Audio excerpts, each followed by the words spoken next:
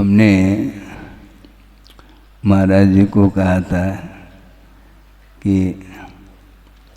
कुछ आपके द्वारा भी प्रवचन के रूप में जनता को कुछ मिलना चाहिए।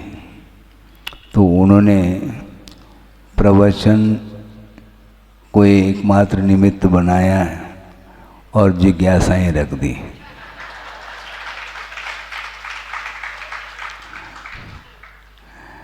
जिज्ञासा का समाधान आगम के आधार से दिया जा सकता है।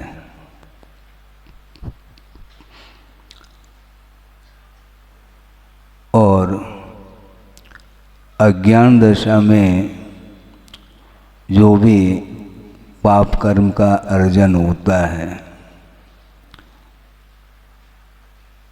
उसका फल दो तरह से मिलता है। संक्रमण के माध्यम से उसकी जो प्रकृति थी, उसका जो स्वभाव था, जो फलदान देने की जो शक्ति थी, वो परिवर्तित हो जाती है। अज्ञान दशा में विवेक के अभाव में न जाने कौन कौन से परिणाम कर लेता है, भिन्न भिन्न निमित्तों को लेकर के, और कर्म का अर्जन हो जाता है। और अपनी द्वारा किया हुआ जो कर्म अर्जित कर्म है उसका फल भोगने के लिए वो अन्यत्र चला जाता है।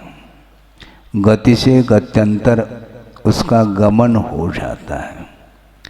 एक क्षण के लिए किया हुआ जो पाप है वो इतने दीर्घ काल तक फल सकता है, उसको लेकर के बड़ा विस्मय होता है।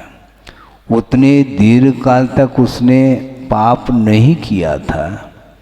पाप तो कुछ ही क्षण के लिए हुआ, किंतु कर्म जो बंधता है वह इतना दीर्घ काल तक फल देने की क्षमता रखता है। इसमें निमित्त बहुत सारे हो सकते हैं होने के लिए, किंतु परिणाम के ऊपर निर्धारित है। द्रव्य क्षेत्र कालादि के निमित्त को लेकर के कर्म का अर्जन होता है और उसके निमित्त को लेकर के वह फल देता है, एक सिद्धांत है। कुछ साल पूर्व का वह प्रसंग आपके सामने रख लूं। एक सज्जन आए और उन्होंने निवेदन किया कि महाराज ऐसा कुछ आशीर्वाद दे दो कि भविष्य में मेरा जन्म चतुर्थ काल में हो। मांग तो अच्छी की उसने। ये काल भी एक प्रकार से बहिरंग निमित्त है, क्षेत्र भी बहिरंग निमित्त है, किंतु परिणाम जो है वह अंतरंग निमित्त माना जाता है। चतुर्थ काल में मेरा जन्म हो, ठीक है, चतुर्थ काल में जन्म हो सकता है, लेकिन चतुर्थ काल में जो जन्म हो रहा है जिसका, यदि वह एकेंद्रीय पर्याय को लेकर के जन्म होता है तो चतुर्थ काल का क्या प्रभाव, मुझे बताओ आप। उनको हमने यही कहा, मात्र काल से कार्य नहीं होता, मात्र क्षेत्र मिलने मात्र से कार्य नहीं होता, किंतु द्रव्य क्षेत्र कालादि के निमित्त को लेकर के कर्म का जो अर्जन होता है उसके योग्य परिणाम भी होना चाहिए। हमने कई बार इस प्रसंग को रखा है, वो प्रसंग अपने तरफ में कभी भी नहीं रखता, गुरुदेव के मुख से वह सुना हुआ ही प्रसंग रखता रहता हूँ।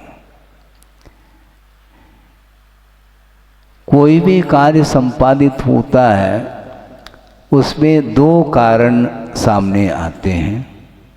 एक उपादान कारण आता है और एक निमित्त कारण के रूप में। और निमित्त कई प्रकार के हो सकते हैं। द्रव्य, क्षेत्र, काल और भव, ये सारे ये निमित्तभूत सामग्री है कार्य को संपादित करने के लिए, किंतु ये सब पराश्रित हैं और स्वाश्रित क्या है? वह भाव है। क्या है? भाव है।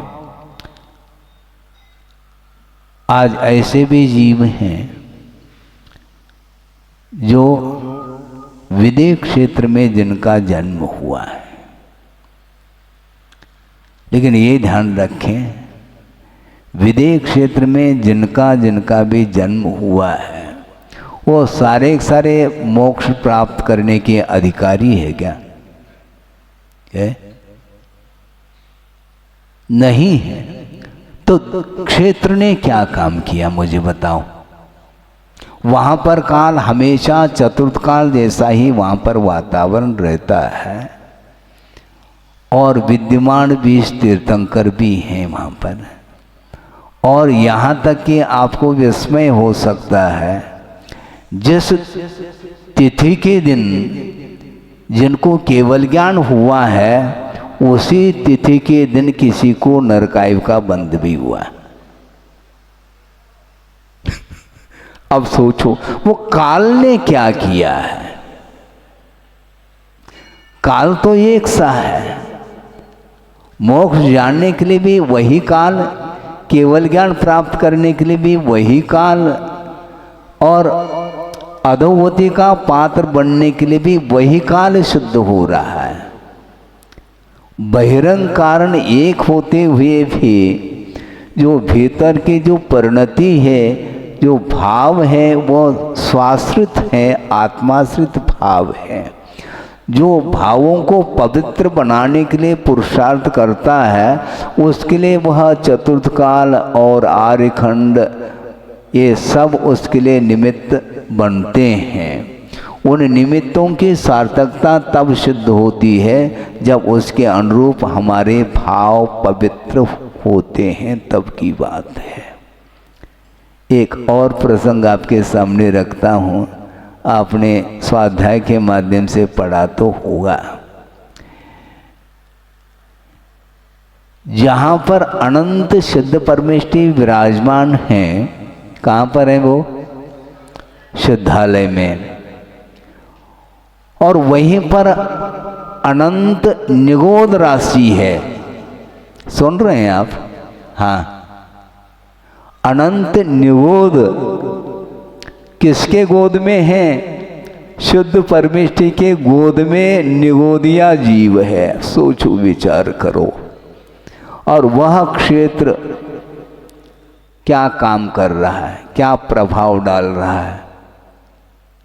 शुद्ध परमेष्टि के पास ने उसी क्षेत्र में, इसके बाद भी सिद्ध परमेष्टि को तो अनंत सुख का संवेदन हो रहा है और उस अनंत सुख में से थोड़ा सा वो बांट दे और निगोदिया को सुखी बना दे। संभव है क्या? ये जिज्ञासा का समाधान। क्या प्रभाव है मुझे बता दो। एक ही क्षेत्र में है। और काल का क्या प्रभाव है? वस्तुतः संवेदन जो होता है वह कर्म के उदय के साथ संबंध रखता है संसार दशा में, और मुक्त अवस्था में जो भी संवेदन हो रहा है वो कर्मातीत संवेदन माना जाता है। मोहनी कर्म के अभाव में केवल ज्ञान होता है और उस केवल ज्ञान में सारा विश्व भी प्रतिबिंबित हो रहा है। इसके बावजूद भी किसी भी पदार्थ से उनका उपयोग आकर्षित अथवा प्रभावित नहीं हो रहा है। ऐसा क्यों होता है? मोहनी का अभाव कर दिया है। तो जिस जीव ने पुरुषार्थ करके मोहनी कर्म का क्षय कर दिया है तो उसको केवल ज्ञान हो जाता है, फिर कोई भी क्षेत्र बना रहे, कोई भी काल हो, उससे कोई प्रयोजन नहीं है। ये सारे सारे बहिरंग निमित्त माने जाते हैं। और पुण्य के उदय में इस प्रकार के अच्छे अच्छे मोक्ष मार्ग की सामग्री द्रव्य क्षेत्र आदि को लेकर के उपलब्ध हो सकती है और हुई है। इसके बावजूद भी उसका सदुपयोग नहीं किया है, इसलिए इसका परिभ्रमण रुक नहीं पा रहा है। ये एक जिज्ञासा का समाधान ये है। विवेक जागृत होना चाहिए। पुण्य करते समय परिणाम मंद रहते हैं, कषायजन्य परिणाम, और उसके फलस्वरूप वह पुण्य अर्जित हो रहा है। किंतु अर्जित पुण्य का जो व्यक्ति दुरुपयोग करता है तो उसका पतन अनिवार्य है, ऐसा कहा। और दुरुपयोग जो होता है वह विवेक के अभाव के कारण होता है। मैं बार बार कहा करता हूँ, अभी पुनः रिपीट कर रहा हूँ, ज्ञान और विवेक में बड़ा अंतर है। आप सुन रहे हैं क्या? नहीं? हाँ, ज्ञान तो है। ज्ञान में और विवेक में जमीन आसमान का अंतर है। अंतर क्या है महाराज? हमें तो ऐसा लग रहा है कि ज्ञान और विवेक दोनों एक ही चीज़ है। नहीं, एक चीज़ नहीं है। विवेक का अर्थ विभाजन होता है और ज्ञान का अर्थ मात्र जानना होता है।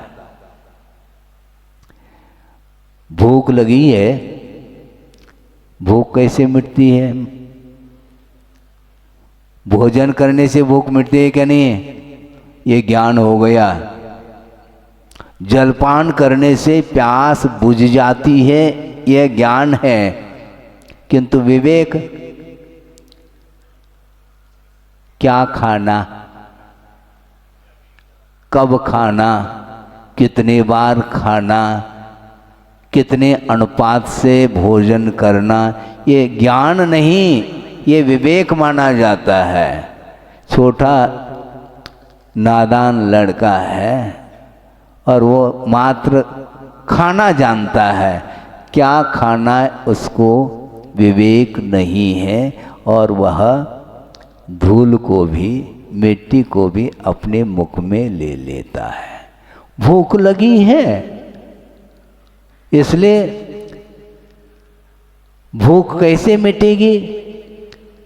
इस विषय में ज्ञानार्जन करने की कोई आवश्यकता नहीं। इसके लिए कोई यूनिवर्सिटी की कोई आवश्यकता नहीं, स्कूल कॉलेज वगैरह की, क्योंकि खाना पीना तो प्रत्येक संसारी प्राणी जानता है। अनंतकालीन ये संस्कार हैं, इसलिए इस विषय में ज्ञान दिलाने की कोई आवश्यकता नहीं। किंतु विवेक के अभाव में वह संसारी प्राणी कुछ भी खा लेता है, कुछ भी पी लेता है। तो इसलिए ये विवेक आवश्यक है।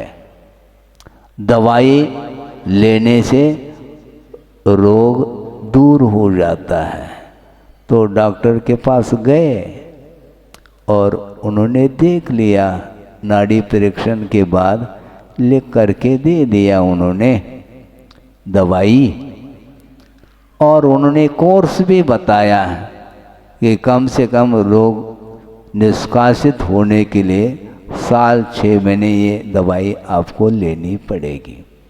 तो उस रोगी ने जिज्ञासा रखी, क्योंकि जिज्ञासा का ये प्रसंग चल रहा है। रोगी ने जिज्ञासा रखी कि डॉक्टर साहब, आपने लगभग 6 महीने या साल भर के लिए कोर्स दिया है, तो इसको एक ही दिन में ले लेता हूँ, क्योंकि दवाई लेने से रोग निष्कासित हो जाता है।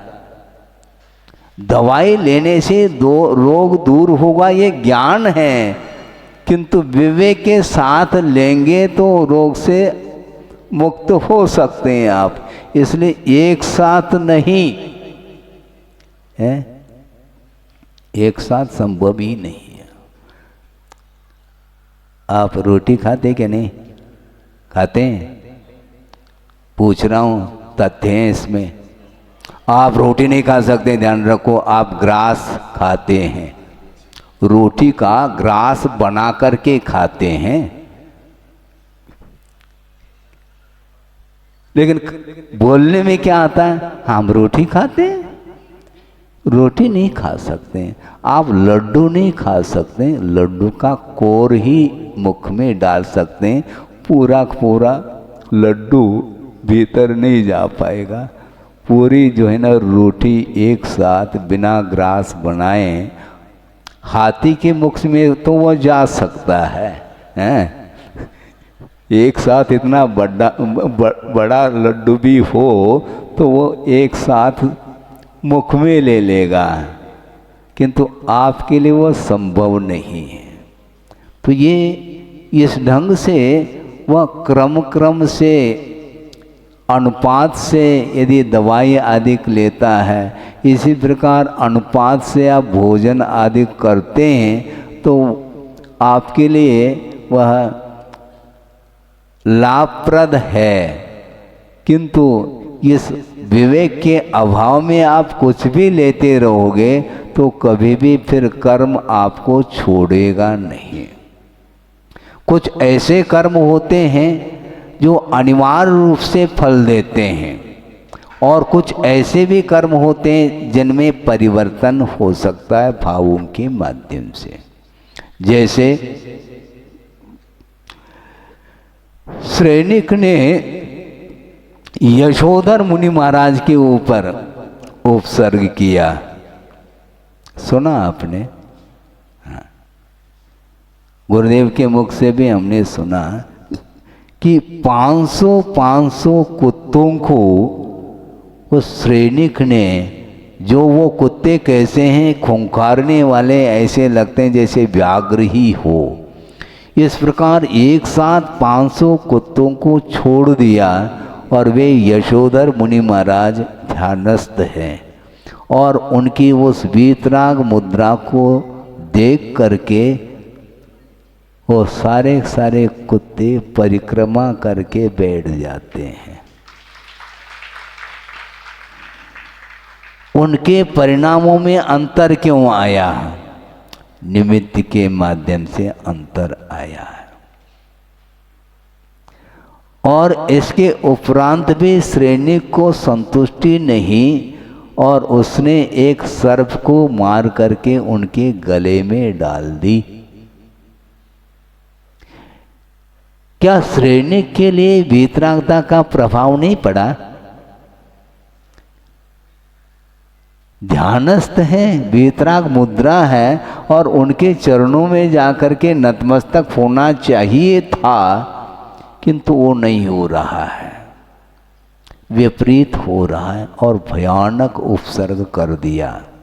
अब सोचो, और उपसर्ग कर दिया, अब चेलना ने उस उपसर्ग को दूर किया। चेलना ने उसके उपसर्ग को दूर किया, और दूर करने के उपरांत श्रेणिक को वह दृष्टि देख करके बड़ा बाद में ही, पहले भी हमने कहा था पश्चाताप जो होता है वह पहले नहीं होता है। पहले तो जो कुछ करना वह कर लेता है, फिर बाद में आई एम सॉरी कहता है। वो पहले से जागृत होना चाहिए, अलर्ट रहना चाहिए कि मैं कर क्या रहा हूँ और इसका परिणाम क्या मिलने वाला है। ये होश हवास खो देता है वो, और फलस्वरूप उपसर्ग के माध्यम से सप्तम पृथ्वी का बंद किया। और जब उपसर्ग को चेलना ने दूर किया और ध्यान से निवृत्त होने के उपरांत जब दोनों खड़े हैं और श्रेणिक को भी अजीब सा लगा, उनने सोचा मैंने बहुत बड़ा अनर्थ किया, लेकिन करने के बाद सोच रहा है, करते समय ये यदि भाव आ जाते हैं विवेक के तो ये कार्य ही नहीं होता। और उपसर्ग दूर होने के उपरांत जब ध्यान से निवृत्त होते हैं, श्रेणिक और चेलना दोनों एक साथ उनके चरणों में नतमस्तक होते हैं, नमोस्तु महाराज। तो उस समय यशोधर मुनि महाराज ने समान रूप से धर्म वृद्धिर अस्तु इस प्रकार आशीर्वाद दिया। सोचो, एक शुद्धोपयोगी, वो कौन? यशोधर मुनि महाराज, और अशुभोपयोगी श्रेणिक और शुभोपयोगिनी चेलना, तीनों उपयोग घटित हो रहे हैं। अशुभोपयोग के माध्यम से मिथ्यात्व के साथ सप्तम पृथ्वी का बंद किया और उस उपसर्ग को दूर करके चेलना ने क्या किया? पुण्य का अर्जन किया। और यशोधर मुनि महाराज वो ध्यान में थे, शुद्धोपयोगी रहे और ध्यान से निवृत्त होने के उपरांत बिना किसी शत्रु मित्र के भाव रखे समान रूप से उन्होंने आशीर्वाद दिया धर्म वृद्धि का। ऐसा नहीं श्रेणिक ने उपसर किया इसलिए उसको आशीर्वाद नहीं दूंगा मैं, और चेलना ने दूर किया इसलिए उसके लिए दोनों हाथ से आशीर्वाद, ऐसा नहीं। दोनों के लिए, चाहे शत्रु हो चाहे मित्र हो, दोनों के प्रति साम्य भाव का होना ये बिना वीतरागता के संभव नहीं है बंधुओं। तो निमित्त अनेक प्रकार के मिलते हैं और इस प्रकार समान रूप से धर्म वृद्धि का जब आशीर्वाद दिया उस समय श्रेणी को ऐसा लगा कि हमने बहुत बड़ा अनर्थ किया है, और उस समय सप्तम पृथ्वी का बंद तो किया, फिर बाद में उसने अपनी निंदा, अपनी आलोचना, अपनी गर्हा की, और उस पश्चाताप के माध्यम से सप्तम पृथ्वी का जो बंद हुआ था, जो 33 सागर की आयु बंधी थी, अब उसमें अपकर्षण हो जाता है। अपकर्षण का अर्थ आयु घटती जाती है, और घटते घटते घटते कहाँ तक आयु रह गई? 84,000 वर्ष है। 84,000 बहुत है महाराज, सागर के सामने बूंद भी नहीं। वो कहाँ 33 सागर की आयु और कहाँ पर वह अपकर्षित होकर के कम होकर के 84,000 वर्ष की रह जाती है, और वह प्रथम पृथ्वी में पहुँचे हैं, सप्तम पृथ्वी में नहीं। और इतना ही नहीं, अपकर्षण के साथ ऐसे परिणाम उसने कर लिए, तीर्थंकर के पादमूल में उसने सम्यक्त को भी प्राप्त कर लिया और उस सम्यक्त को क्षायिक के रूप में परिवर्तित किया। क्षायिक सम्यक दृष्टि हुआ और साथ साथ षोडशकारण भावना के माध्यम से तीर्थंकर प्रकृति का भी बंद किया है। इतना लाभ है। अनर्थ तो किया था लेकिन हमेशा परिणाम निकृष्ट ही होते हैं, हमेशा परिणाम पाप में ही होते हैं, ऐसा नहीं। जब जागे तब सवेरा वाली बात है। जागृति जब आती है तो किए हुए अनर्थों के प्रति पश्चाताप तो होता ही है और होना भी चाहिए। इसलिए आचार्यों ने ये कहा कि अपराध अज्ञान के कारण अपराध कर लेता है, किंतु विवेक यदि जागृत है उस अपराध को यदि वह स्वीकारता है तो अपराध दूर हो जाता है। हाँ, स्वीकार करना चाहिए, महाराज गलती हो गई, हाँ कोई बात नहीं, हो गई, अब ना करियो। गलती हो गई, अब रिपीट नहीं करना है, हो गई हो गई। जब एक बार गलती जब हो ही गई तो करते ही चले जाओ, गलत बात, ऐसा नहीं। अज्ञान के कारण, विवेक नहीं होने के कारण होता है, किंतु हमेशा एक से परिणाम होते हैं ऐसा नहीं। इसलिए भिन्न भिन्न निमित्तों के माध्यम से संसारी प्राणी का विकास भी होता है और विनाश दोनों होते रहते हैं। तो ऐसी स्थिति में श्रेणिक अब क्या जिज्ञासा का समाधान, समाधान तो हो ही गया, क्योंकि परिणाम हमेशा ये आत्माश्रित परिणाम हैं। इस प्रकार के परिणाम के लिए भिन्न भिन्न निमित्तों का मिलना आवश्यक है, मैं मानता हूँ, किंतु पुण्य कर्म के उदय से जो निमित्तभूत सामग्री है वो उपलब्ध होने के उपरांत भी यदि उसका सदुपयोग नहीं करता है तो निमित्तों का मिलना और नहीं मिलना सब एक हो जाता है। सदुपयोग करिए, है अवसर है, भविष्य में कौन सी पर्याय मिलेगी, है कौन सी पर्याय मिलेगी, जो आप परिणाम, क्योंकि भविष्य का जो निर्माण है वह वर्तमान के ऊपर ही निर्धारित है। वर्तमान में आपके जो परिणाम हो रहे हैं यही परिणाम के लिए कारण है। परिणाम के दो अर्थ है, परिणाम अर्थात भाव और परिणाम अर्थात रिजल्ट। इसका क्या परिणाम निकलेगा? परिणाम का परिणाम आपके हाथ में है, दूसरे के हाथ में नहीं। इसलिए उपयुक्त साधन सामग्री को प्राप्त करने के उपरांत उसका सदुपयोग यदि नहीं करता है तो पुनः वह रिपीट, पुनरावृत्ति फिर वह छूटेगी नहीं है। इसलिए विवेक अलग है और ज्ञान अलग है। हाँ, ज्ञान अलग है, किंतु विवेक शून्य हो जाता है तो उसको ज्ञात नहीं रहता कि मैं क्या कर रहा हूं, ज्ञात नहीं रहता है। इसका अर्थ अज्ञात है क्या? फिर इसकी भी परिभाषा सुनो। ज्ञात किसको बोलते हैं और अज्ञात किसको बोलते हैं? सामान्य रूप से लोग यही अर्थ लेते हैं कि अज्ञात का अर्थ मुझे ज्ञात नहीं, ऐसा अर्थ नहीं। आगमकारों ने अज्ञात का अर्थ अलग दिया है। पूजपा स्वामी ने दिया है, सर्वार सिद्धि का थोड़ा सा अवलोकन करिए। तीव्र मंद ज्ञाता ज्ञात भावाधिकरण वीर विशेषव्य तद विशेष, ऐसा सूत्र दिया।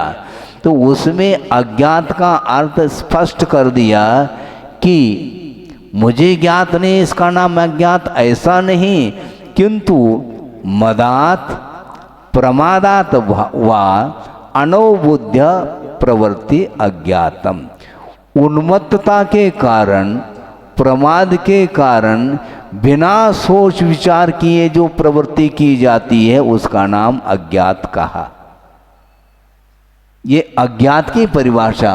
और संसारी प्राणी जब विषयों में डूबता है उस समय उसको भान नहीं रहता कि मैं क्या कर रहा हूँ और इसका क्या परिणाम निकलने वाला है। यदि ज्ञात हो जाए तो करता ही, करेगा ही नहीं वो। सोचो, विचार करो, महाराज में हमारे द्वारा ये कार्य हो गया है, उस समय बुद्धि काम नहीं करती, इसी का नाम अज्ञात है। जब उन्मत्त हो जाता है तो वो होश हवास खो जाता है। जब मदांध हो जाता है, जब कामांध हो जाता है तो कर्तव्य अकर्तव्य का उसे भान नहीं रहता, इसका नाम अज्ञात है। इसलिए आप ध्यान से सुनिएगा, बाद में क्या करना ये आपका विषय है, किंतु कम से कम जो आगम के अनुरूप जो दिया जा रहा है प्रवचन के रूप में, उसको अच्छे ढंग से सुनिए और सुनने के साथ साथ उसको अमल करने का भी आपको पुरुषार्थ करना है। एक कान से हम सुन लेते हैं और दूसरे कान से उसको बाहर कर देते हैं। जैसे मान लो हमने आधा घंटा उपदेश दिया तो एक भी शब्द को यह माइक ग्रहण नहीं कर सकता, छोड़ देता, अपने पास एक भी शब्द नहीं रखता ये माइक, क्योंकि इसके पास माइंड नहीं है। और आपके पास माइंड है और फिर भी इस देशना को सुन करके यदि मान लो बाद में फिर कल सुन लेंगे। महाराज तो कहाँ जाएंगे, अभी तो ग्रीष्म काल चल रहा है। अभी तो ग्रीष्म काल चल रहा है, महाराज तो कहाँ छोड़ के जाएंगे नागपुर को। कोई बाधा नहीं, आपके पुण्य जितना है उतना मिलेगा, ठीक है, किंतु उसका उपयोग कितने अंश में हम कर रहे हैं इस ओर ध्यान देने की आवश्यकता है। हाँ, सब कुछ धर्म ध्यान करने के लिए सामग्री उपलब्ध होने के बाद भी हमेशा धर्म ध्यान की ओर दृष्टि जाती है क्या? बल्कि धर्म ध्यान को समझना बहुत कठिन है कि महाराज धर्म ध्यान की परिभाषा बता दो। गुरुदेव के सामने किसी ने कहा तो गुरुदेव ने कहा धर्म ध्यान को बताने की आवश्यकता नहीं, धर्म ध्यान की अपेक्षा से आर्य ध्यान और रौद्र ध्यान का यदि स्वरूप पकड़ में आ जाए तो धर्म ध्यान पकड़ में आ जाएगा। आर्य ध्यान, रौद्र ध्यान ये दुर्लभ नहीं, ये सुलभ है। निरंतर अनंत काल से संसारी प्राणी आर्य ध्यान, रौद्र ध्यान के कारण उलझ रहा है, किंतु धर्म ध्यान उसके द्वारा नहीं हो पाता, बहुत दुर्लभ है। धर्म ध्यान का अर्थ क्या महाराज? धर्म में ध्यान देना, इसका नाम धर्म ध्यान है। आपका उपयोग किधर है? महाराज आपने जो कहा था हमें बात समझ में नहीं आई, इसका अर्थ आपका उपयोग किधर जा रहा है मुझे बताओ। ध्यान से सुनो ऐसा कहा जाता है, ध्यान से सुन करके उसके अनुरूप यथाशक्ति पालन करने की ओर ध्यान देना चाहिए। वस्तुतः प्रतिकार का भाव जब तक रहेगा तब तक वह धर्म ध्यान नहीं रहेगा, क्योंकि प्रतिकार जो होता है वह अनिष्ट का होता है और अनिष्ट का प्रतिकार करना आर्य ध्यान, और इष्ट का ग्रहण होता है वह भी आर्य ध्यान। और इष्टानिष्ट की परिकल्पना से जो ऊपर उठता है उस समय वह धर्म ध्यान का अवसर आता है। यह संक्षेप में धर्म ध्यान का स्वरूप है। हमेशा कोई न कोई पंचेंद्र के विषय उपलब्ध होते हैं तो उसमें कुछ अमनोज्ञ होते हैं, कुछ मनोज्ञ होते हैं, कुछ इष्ट लगते हैं, कुछ अनिष्ट लगते हैं, कोई हर्ष के लिए कारण होते हैं, कोई विषाद के लिए कारण होते हैं। इस प्रकार पंचेंद्र के विषय इष्टानिष्टात्मक होते हैं तो उसमें इष्टानिष्ट की परिकल्पना नहीं करते हुए प्रतिकार और ग्रहण भाव से ऊपर उठ करके उन पदार्थों के स्वरूप की ओर जब ध्यान जाता है उस समय धर्म ध्यान का अवसर आता है। श्रमण आहार लेने के लिए आपके यहाँ आया है। आप सुनिए, क्या सुन रहे हैं आप? श्रमण आहारचर्या हेतु आपके आंगन में आया है और दाता ने उसको नवधा भक्ति पूर्वक वह पड़गान करके ले गया और उस समय श्रमण आहार लेगा। थोड़ा सा विषय बारीक लग सकता है, सूक्ष्म लग सकता है, लेकिन वह स्पष्ट हो जाएगा। आहार लेने का जो भाव है वह क्या है? आहार संज्ञा है। तो आहार संज्ञा का अर्थ आहार ग्रहण करने का भाव है। तो आहार ग्रहण करने का भाव है तो वह धर्म ध्यान है क्या? धर्म ध्यान करने के लिए ले रहा है यह अलग विषय है, किंतु लेना धर्म ध्यान है क्या? आहार लेना धर्म ध्यान नहीं। यदि आहार लेना धर्म ध्यान है तो हम तर्क करते हैं कि एक बार क्यों लें, जितनी बार आहार लेंगे उतनी बार धर्म ध्यान का अवसर मिलेगा हमें, तो लेते रहो। फिर से ले लेते रहो, अच्छा लगता है। तो और क्या कहेंगे हम, क्योंकि आहार ग्रहण करते समय भी यदि धर्म ध्यान हो रहा है अथवा आहार ग्रहण करना ही धर्म ध्यान है, तो फिर आकर के प्रतिक्रमण क्यों करते हैं महाराज?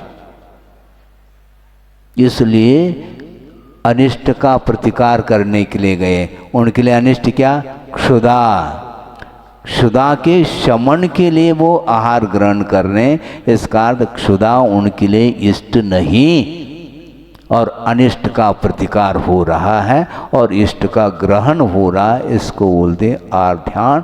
और छठे गुणस्थान तक आहार ध्यान की सीमा बताई है आगम ग्रंथों में। प्रमत्त संहिता नाम ऐसा सूत्र आया। तद अविरत देश विरत प्रमत्त संहिता नाम। छठे गुणस्थान तक आहार ध्यान होता है मिथ्यात गुणस्थान से लेकर के वहाँ तक। अब ये बात अलग है कि आहार ध्यान की वैरायटी अलग है, क्वालिटी के अपेक्षा से बहुत बड़ा अंतर है, किंतु वह आहार ध्यान ही माना जाएगा, वह धर्म ध्यान की कोटि में नहीं आ सकता। और दूसरी बात, विस्मय इस बात को लेकर के होता है, दाता आहार दे रहा है पात्र के लिए, उस समय वह धर्म ध्यान कर रहा है। सुन रहे हैं आप? जो बाहर के आए हैं उनके लिए भी हम कहना चाह रहे हैं, बॉम्बे से आए हैं, सुनो। जो दाता नवदा भक्ति पूर्वक दान दे रहा है, आहार दान पात्र के लिए, और उसके माध्यम से वह पुण्य का संचय हो रहा है और वह धर्म ध्यान कर रहा है, और उस समय आहार ग्रहण करने वाला श्रमण है, उस भूमिका में उसको आहार ध्यान हो सकता है। हाँ, बहुत रिस्क है, क्योंकि ग्रहण करने का जब भाव रहेगा उस समय वह धर्म ध्यान नहीं हो पाएगा। बाकी जो ग्रास जो करपात्र में आया है, येषणा समिति के माध्यम से वह ग्रहण कर रहा है, उतने कान के लिए तो वह धर्म ध्यान कर रहा है। इसलिए गुरुदेव ने ये कहा था कि श्रमण जिस समय आहार लेता है उस समय भी वह स्वाध्याय कर रहा होता है। मूलाचार है उसके दृष्टि में, श्रमण की दृष्टि में, तभी तो वो देते ही लेता नहीं, दे दिया और गट कर लिया, ऐसा नहीं है। संशोधन येषणा समिति पूर्वक लेता है एक बात, और जब मुख में ग्रास पहुंच जाता है उसमें संवेदन किसका होगा? जो ग्रास यदि मान लो मीठा है तो मीठी का संवेदन होगा, तो अच्छा भी लग सकता है ना। तो अच्छा यदि लगेगा तो रसनेन्द्रिय विजय ओम शांति। ओम शांति का अर्थ रसनेन्द्रिय विजय नहीं हो पाएगा, क्योंकि 5 इंद्रिय दमन के लिए भी तो रखा है। 28 मूल गुण में पंचेंद्रिय निरोध कहा, तो रसनेन्द्रिय के ऊपर निरोध करते हुए विजय प्राप्त करते हुए ले रहा है, इसलिए उस समय वह धर्म ध्यान का अवसर आ सकता है। तो इस प्रकार क्षण क्षण में इष्टानिष्ट परिकल्पना होती रहती है, हो सकती है। इसलिए विवेक के साथ, सावधानी के साथ उस आहारचर्या को संपन्न करके बाद में प्रतिक्रमण प्रायश्चित आदि ले करके सामायिक में लीन होता है, तो वह दिया हुआ आहार भी वह केवल ज्ञान के लिए कारण बनता है। बहुत बड़ी उपलब्धि है, ध्यान रखो। दाता के लिए भी आपके आहार को वह पात्र लेता है तो आपका वह आहार उनके लिए तप के लिए कारण होगा, और रत्नत्रय के अनुपालन के लिए वह कारण सिद्ध होता है।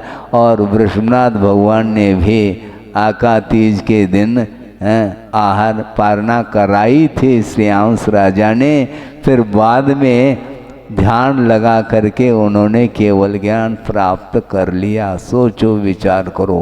तो इस प्रकार दाता और पात्र में बहुत बड़ा अंतर है।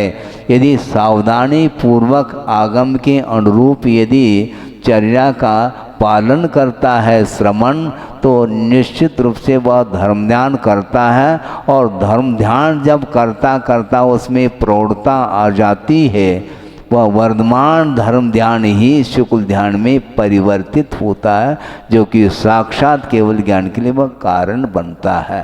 तो इस प्रकार अपने विवेक के द्वारा बहुत कुछ विकास हम कर सकते हैं। महाराज हम तो श्रावक ठहरे, हम कहाँ तक कर पाएंगे, ये ध्यान रखो। श्रावक होकर के भी अनुवृत्ति भी नहीं है, अविरति है, असंयमी है। और श्रेणी क्या था, संयमी था क्या, असंयमी था। इसके उपरांत इतना भयानक उपसर करने के उपरांत भी उसने अपने किए हुए कृत्य की प्रति ग्लानि प्रकट की और अपनी निंदा आलोचना आदि के माध्यम से अपने किए हुए पापों को धो करके बाद में क्षायिक सम्यक्त को प्राप्त कर लिया। ये विकास हुआ क्या नहीं, एक से परिणाम नहीं रहते, इसलिए आप घबराओ नहीं। हम महाराज हम तो नीचे बैठे हैं, आप ऊपर बैठे हैं। ऊपर और नीचे से नहीं होता, बैठने से भावों से ऊपर बैठा करो। हाँ, जो ऊपर बैठा है, भाव यदि मान लो डाउन हो गए तो तख्त के नीचे आ सकता है, वो पक्की बात है। भाव लिंग यदि सुरक्षित है तो गुणस्थान सुरक्षित है, और गुणस्थान यदि सुरक्षित है तो केवल ज्ञान को लेकर के पार हो सकता है। इसलिए आपका समय हो गया। जिज्ञासा का समाधान इसी ढंग से मैं देता हूँ। आगम के माध्यम से सोचेंगे, विचार करेंगे तो परिणामों में कितना अंतर आ सकता है भिन्न भिन्न निमित्त को लेकर के।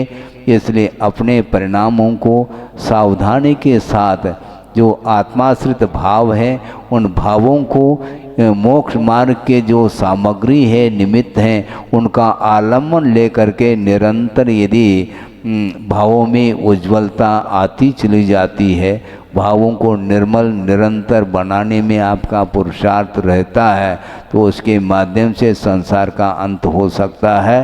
हो इस पवित्र भावना के साथ अहिंसा परमो धर्म की जय। बोधि समाधि परिणाम शुद्धि स्वात्मोपलब्धि शिव शोक सिद्धि चिंतामणिम चिंतित वस्तुदाने त्वां मंद मानस्य ममास्तु देवी। परम पूज्य आचार्य गुरुवर श्री विद्यासागर जी मुनि महाराज की जय।